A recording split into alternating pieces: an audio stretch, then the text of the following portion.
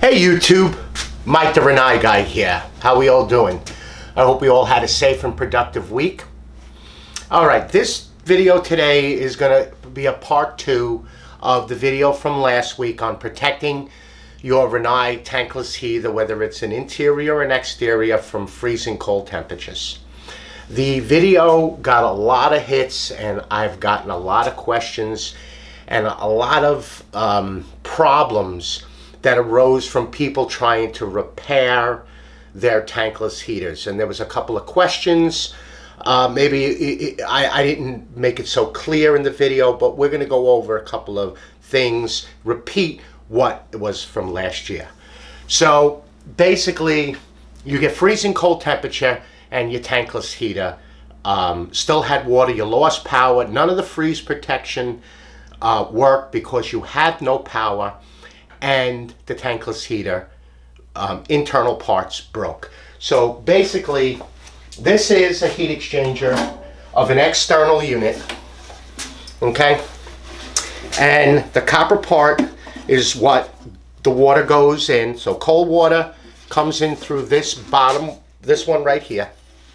And then the hot water and a mixing valve or a bypass valve, which is the smaller, comes out and then goes to your faucets. So something here broke. Now, it could have been inside here froze, inside of the unit right there, up at the top. A lot of these cracked, these little return pieces, because that is the coil inside that goes back and forth. Then there's a heat exchanger with fins here at the bottom. The flame burner, which sits right here, heats up that heat exchanger and produces the hot water.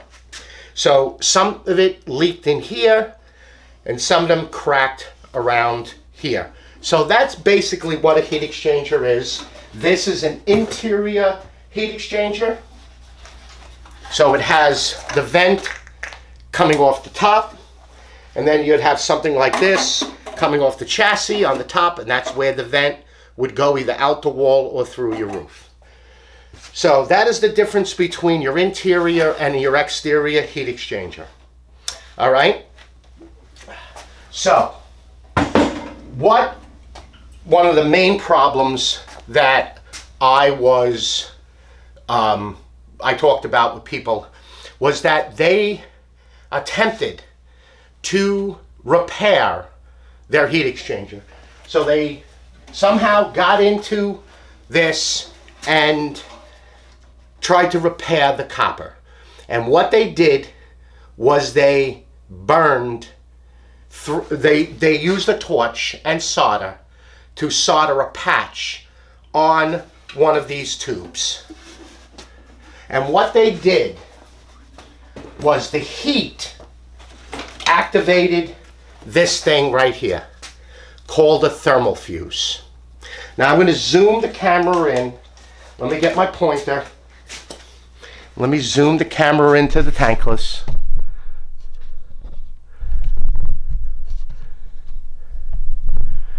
There we go. Let me just get it right. There we go. All right. So this is the thermal fuse right here. It wraps all the way around the tankless, picks up this heat sensor right here, which is that right there.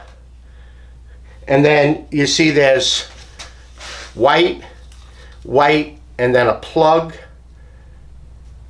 and then the black part with a plug. There we go.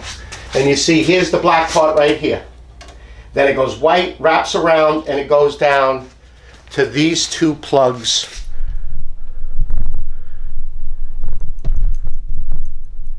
right here.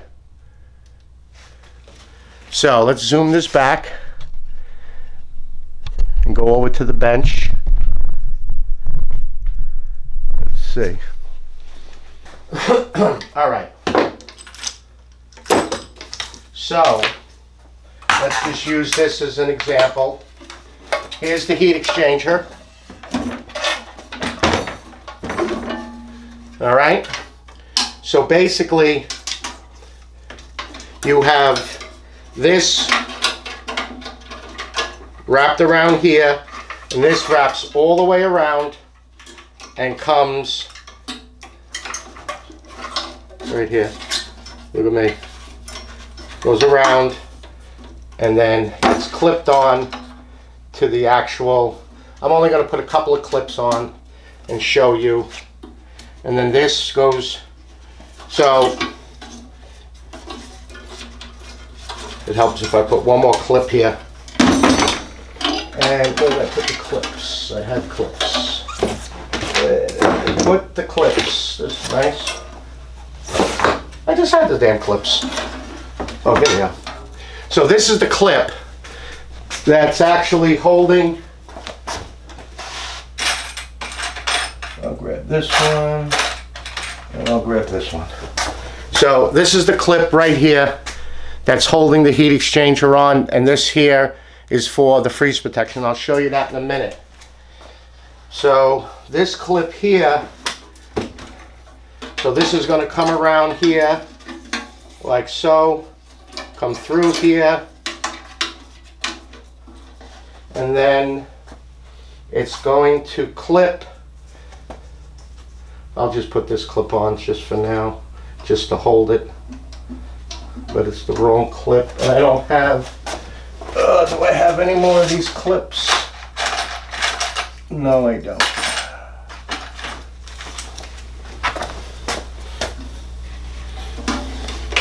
So this is how it looks. So you see how it wraps around, it gets clipped onto the actual, and it's mated like so. So it wraps around the heat exchanger, comes over to here, comes around, the black goes in the front. This one with two small screws gets screwed right up into there, and then these two wires come down right here. So in order to change this thermal fuse, the whole heat exchanger has to be removed, because there's no way you could fish it around and get clips. See, there's two clips back here. I only have one, but there's two clips back there, and there's clips on the side and two clips in the front. So it's a total of like 6 clips that hold this thermal fuse in. So you can remove this. Now, all tankless heaters, whether it's an R, an RL, or an RU, an RUR, they all have some type of similar thermal fuse. And by soldering the repair, the torch activated this and killed the circuit. So once heat hits this, it separates the wire in there, and it's not repairable. It's just dead. You're going to get an error code, and the error code you can find, again, if you're looking for parts, go to the back door, go to the front door, excuse me, on the back side, you're going to see that plastic little bag here glued to it. Inside of that plastic bag is this paper, and the paper is actually going to have the model number, C75 and 94E, exterior. If it's an interior, it's going to have an I. And when you open up this paper, you're going to find a complete breakdown of all the parts in the tankless. So you got the chassis, the heat exchanger, the burner, wiring, servo valves, numbers corresponding to the parts. See, here's the thermal fuse right here. There's the thermal fuse. So then you go down, you find the number, just say we're number 132, heat exchanger bracket. And it's a part number 109000277.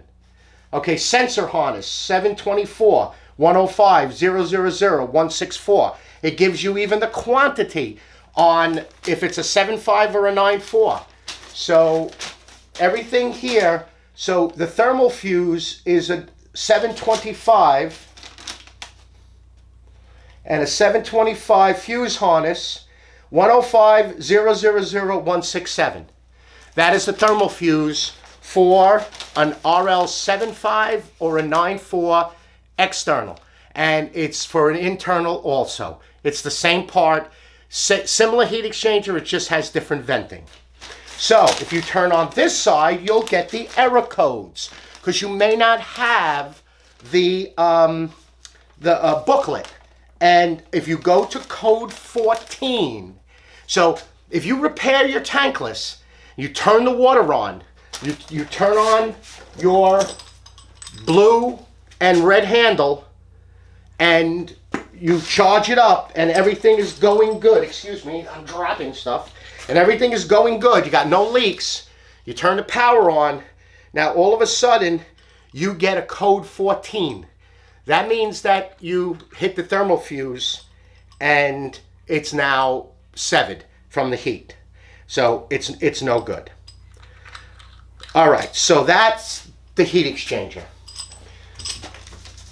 And again, this thing will tell you a lot of stuff. It's all inside of the front panel, inside of that plastic bag, and that's the way you'll find it folded up like that. Okay, what can you use if you have to, get this thing fixed? Because I know parts, I mean, you can't even find an elbow out there in Texas. So what can you do to fix this? Well, this is what I have fixed some other stuff with. I've never fixed the heat exchanger. We repaired it, but I know people have fixed them, and then we came and replaced the unit or the heat exchanger. But this is what I would use, WELD. All right? This is their new version, which actually works in 6 minutes. And it's hard as steel. You mix it up. There's also a Gorilla Glue version of it. But this I know people have used, and it has worked until we were able to get there to either replace the heat exchanger or replace the actual unit. So this is it. It's the quick weld, and it's their new. It sets in 6 minutes, and it works. It works on any type of surface. What you want to do is you want to prep the surface really good. Now I know that if you look here, those little turn pieces are all the way back here. So, you're going to have to be like a jeweler. If something broke here, that's one thing, but you have to get in there in order to clean it with like Scotch-Brite or emery cloth or sandpaper. Then you want to clean it off with denatured alcohol, get all that dust off, and then build up that WELD. And hopefully you can get in there, reach it, and repair it. Now, if it's up in the heat exchanger, so if it's up in here, you're not fixing that. There's fins in here. You're just not getting to it. You're not getting to that. So it's going to have to be replaced, or the whole unit's going to have to be replaced. Now, go to my video on how to replace a heat exchanger. I know a lot of you have made comments that it helped them. They text. They were able to, guys that have not been working on this, they watched the videos, and they were able to replace the heat exchanger. The hardest thing is to get this thermal fuse, back on and back in the right position. Okay? Now, freeze protection. There's freeze protection on this unit. Again, let me zoom in and I'll show you where some of it is. Okay. You have this white piece here. You have a piece here, a piece here in the back. You have a piece up here and a piece in the back. What that looks like, let me get the camera back here. What that looks like is this. You have this ceramic, it's a ceramic piece that heats up, and that is back up here. Then you have pieces that look like this, and that's these pieces right here There's one there and there's one in the back. Then you have these two pieces. Now, each one is a little bit different per model, but it'll give you an idea. Let me just grab the right. All right, so this is a water servo valve. And the ceramic heater is right there. And then this is the hot water exit. So this is where the cold water comes in, comes through here, through the bypass valve, goes up into the heat exchanger, and then a little bit of cold water goes over to the hot. It's kind of like a mixing valve. And then the other ceramic heater goes into that. So it's actually heating the in and the out tappings. So this is what's sticking down out of your unit. This is the other matching piece. Right? Your filter is here. Your chassis goes between the chassis. And then that is what is sticking down under your tankless. And this is what's heating the cold and the hot when the freeze protection activates. And the activation for the freeze protection, and then there's some older models, like on the R series, the freeze protection's a little bit smaller. That's it right there. And it's all held in by this water flow sensor that here's the turbine. So it's holding that and this in from popping out. And the freeze protection, again, let me zoom in here.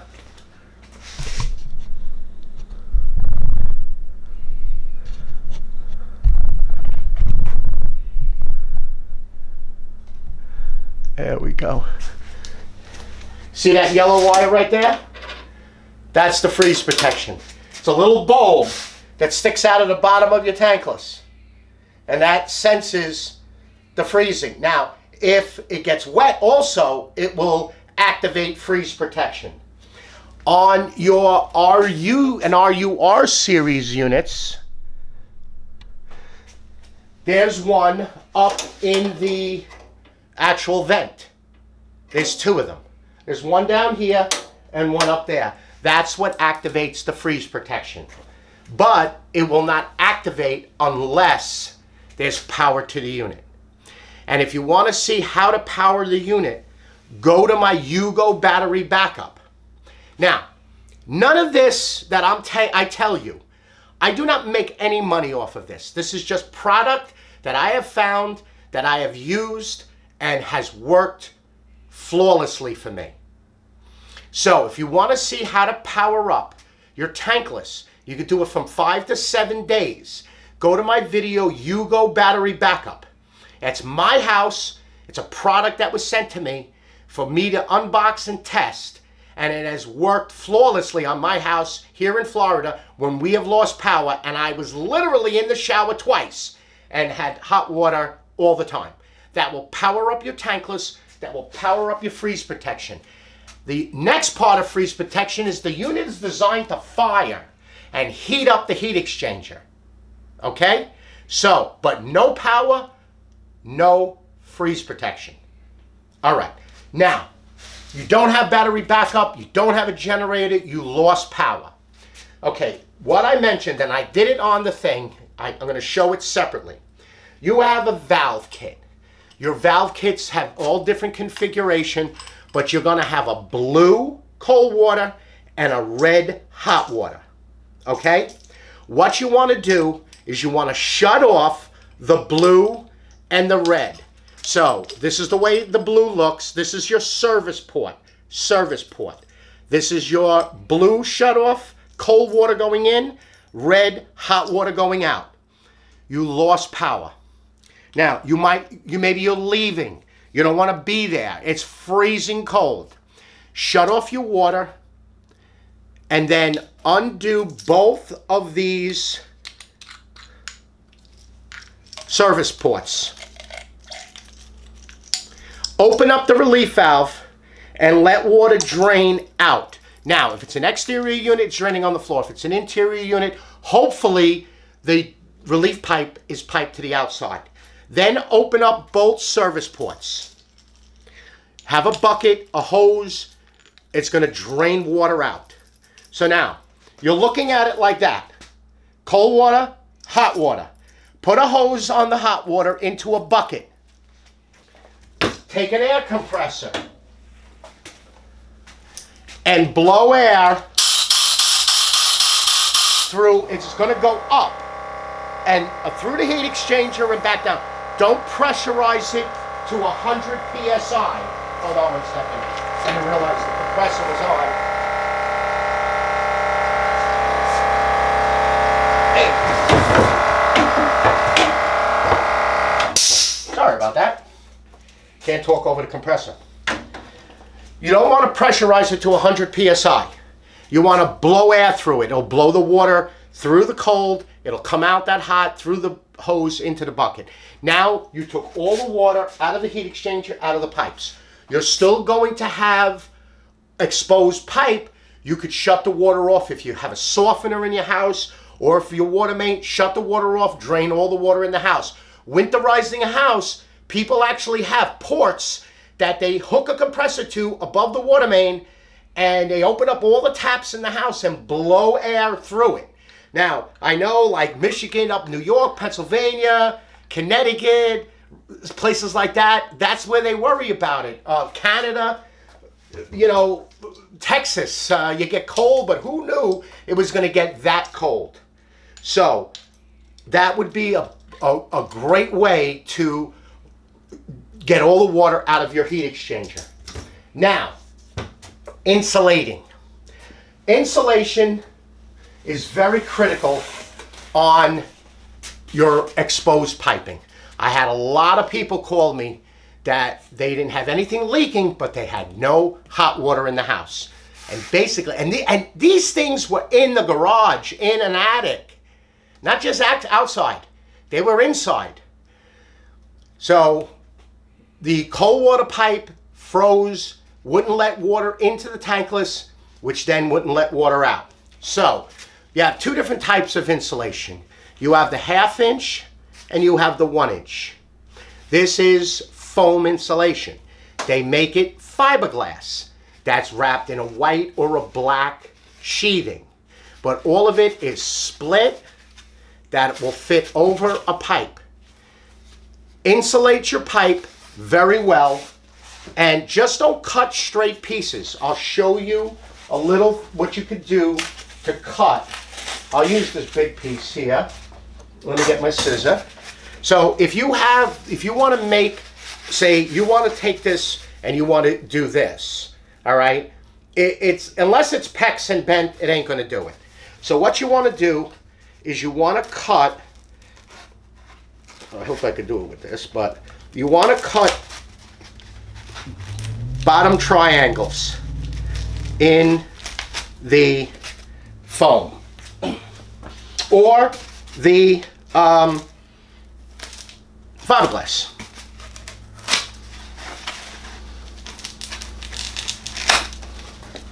Okay, once you have that notch, now you have your elbow.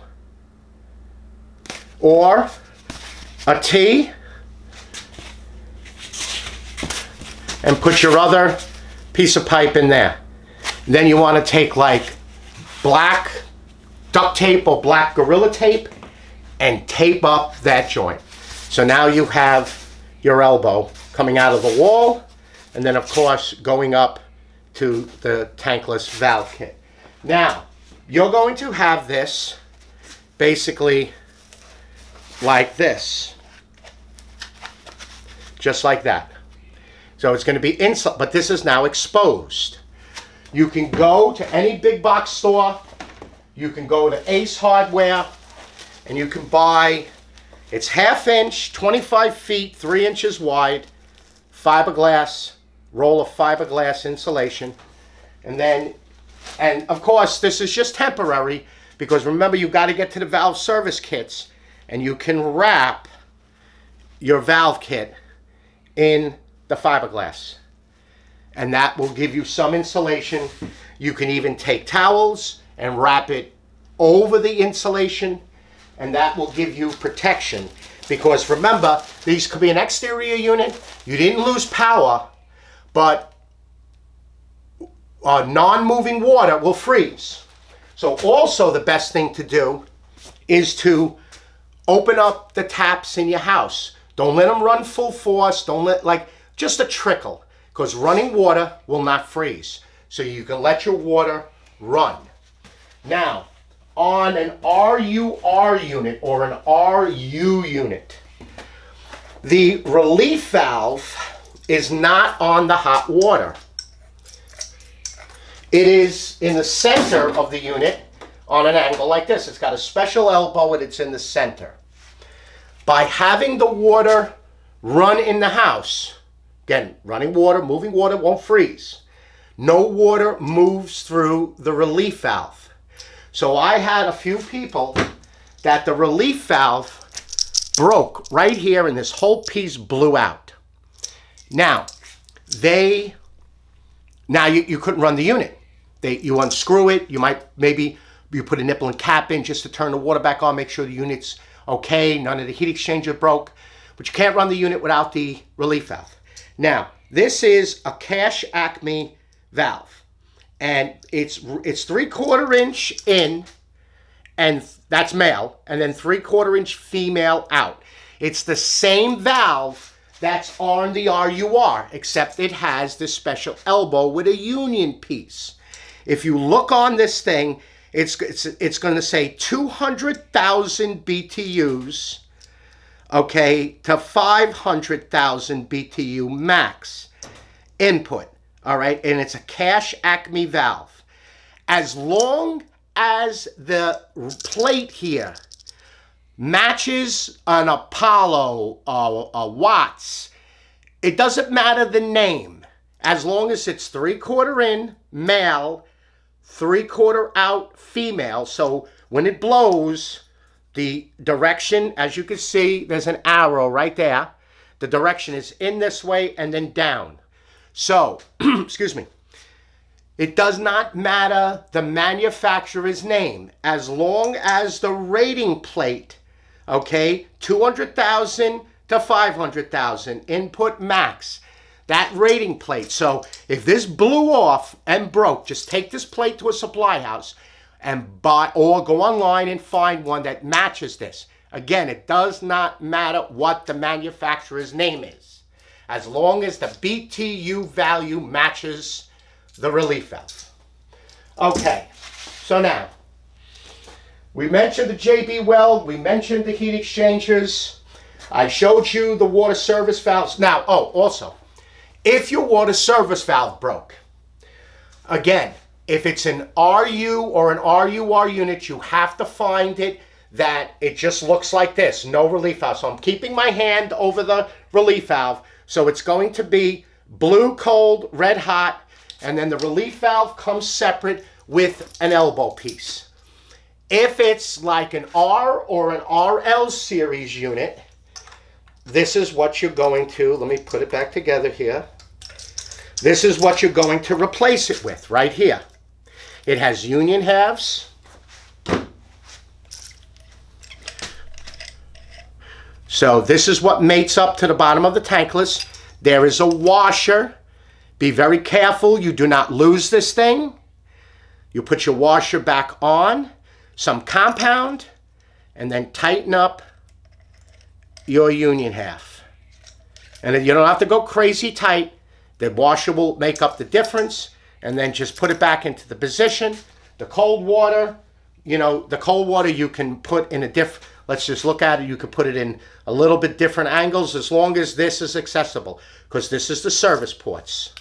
All right, so you can buy anybody's valve kit to get your unit back up and running. Okay, so that's your valve kit. Now this is a water servo valve, brand new in a box. And I know a lot of you has had a water servo valve issue or a bypass valve issue. So this is what it will look like. This is what comes in the box. This is where the water goes in. This is what the mixing valve gets mated to. That's got the motor on this side. And then you have to just put your freeze protection right in there. And this one happens to have a separate screw with a built-in washer that will accept that right there. And let me see. I think I have, let me see if I have one. This is actually my oh yes, here we go. So here's the screw. And let me find that heat exchanger pieces. Nope, that's not it. Here we go. So the one goes in there, and then this screw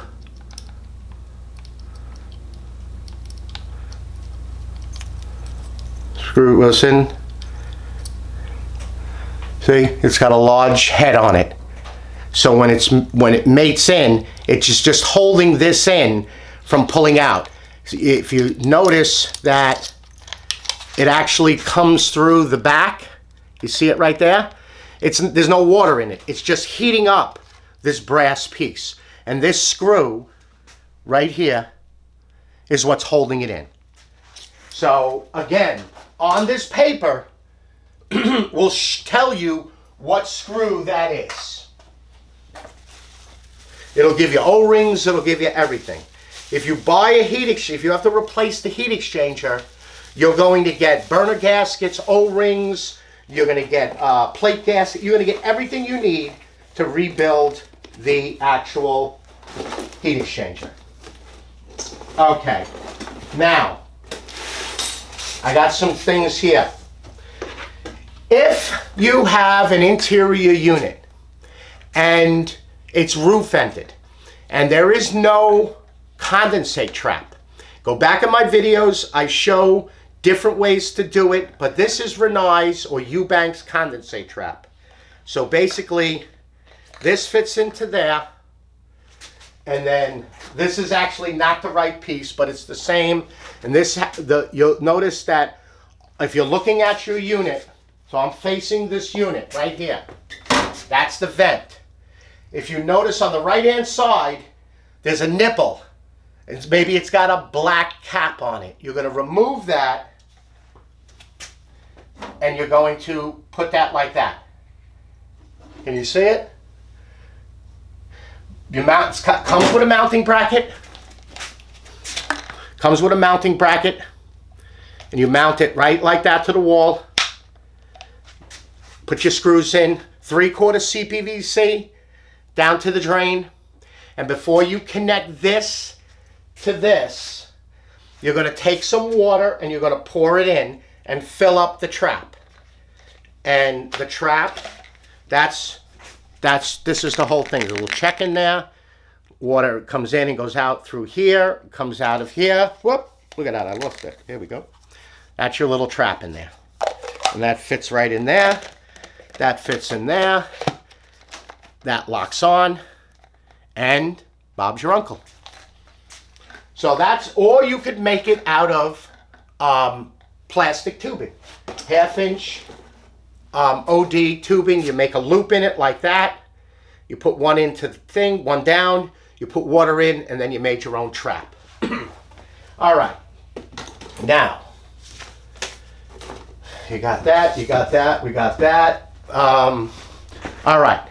Now, for those of you that had the heat exchangers leak in the attic, unless you had some type of like catch basin there, you got water all over the place. So here is something that we found on a job, and we now include on all RUR units.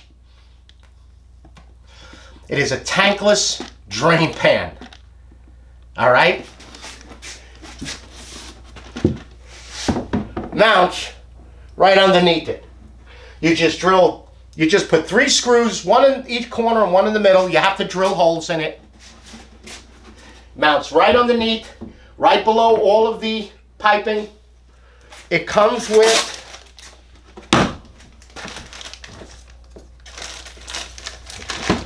and this is going in Monday. It comes with a PVC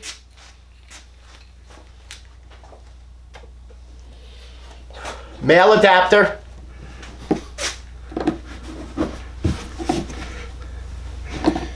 I'll show it to you in a sec. Let me make this thing up. You can actually replace this male adapter with a CPVC. So there's your drain. Hello. There's your drain. That's what it looks like inside. I'll put it in the description below. It's Camco, made in USA. Tankless water heater drain pan. So you put this underneath, and you can actually retrofit this to what's there. If you have a unit up there already, all you got to do is find, and you can reduce this line down. It's 1 inch. You can reduce this down to 3/4 and tie it into the 3/4 relief pipeline.